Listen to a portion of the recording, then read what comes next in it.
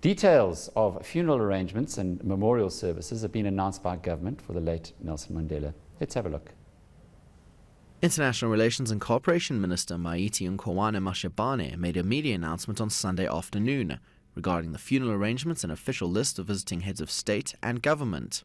The overpouring messages of support, of condolences that we receive from the international community confirm once again that the struggles for the underprivileged and the oppressed that the father of our nation, Holy Father Nelson Mandela, stood for had borne fruits, that people associate his people's struggles, the struggle of the people of South Africa, with still the struggling masses, the voiceless across the world. Madiba's funeral week has had an unprecedented response of attending heads of state.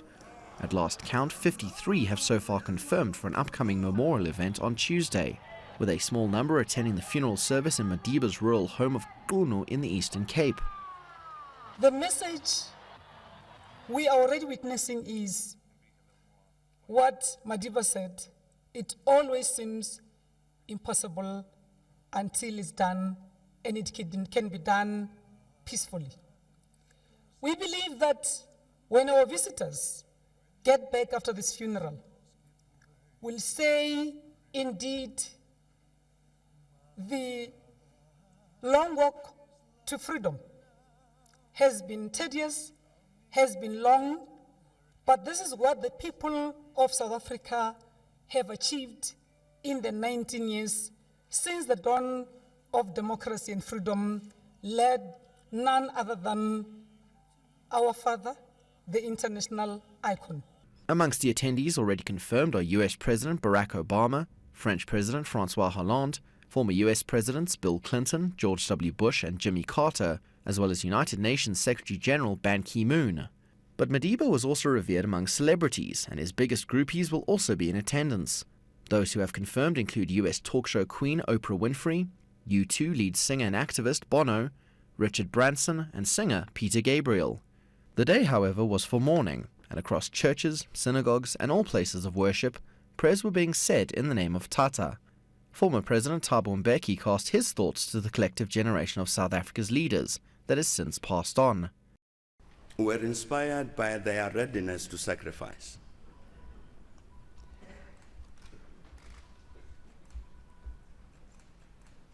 We will all of us recall the statement that Nelson Mandela read from the dock during the Rivonia trial, when he made an important statement that he and his colleagues stood for certain ideals, for which ideals, if it was necessary, they were ready to sacrifice their lives.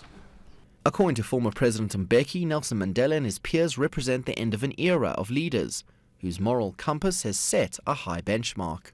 Rather than mourn the departure of Nelson Mandela, we should celebrate his life. It's correct. It's correct. We should celebrate his life.